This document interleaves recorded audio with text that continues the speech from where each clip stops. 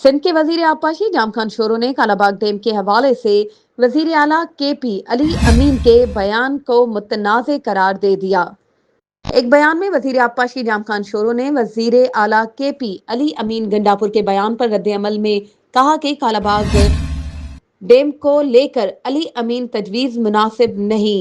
ये वक्त मुतनाज़ बयानात का नहीं, सिंध में कहीं भी बंद में शिगाफ नहीं डाला जाएगा। इन्होंने कहा कि सिंध हुकूमत ने कच्चे के लोगों के लिए रिलीफ कैंप कायम किए हैं।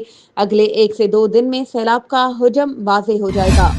दूसरी जानिब वजीर ज़राअत सिंध मोहम्मद बख्श महर का कहना था कि सैलाब के पेश नज़र घोटकी और ओबावड़ो के 16 इलाकों से लोगों को मुंतकिल किया जाएगा।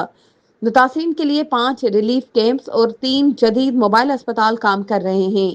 कादरपुर शेंग बंद के हसास मकामात पर मरम्मती काम जारी है।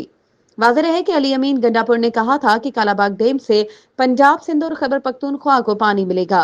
सिंध को कालाबाग डैम पर इश्यूज हैं तो मेज पर बैठे बात करें। वजीर आला KP का कहना था कि कालाबाग डैम मुल्क की जरूरत है, सियासत की वजह से ये मंसूबा रुका हुआ है। ऐसा डैम ना बनाना मुल्क और नस्लों के साथ ज्यादती है।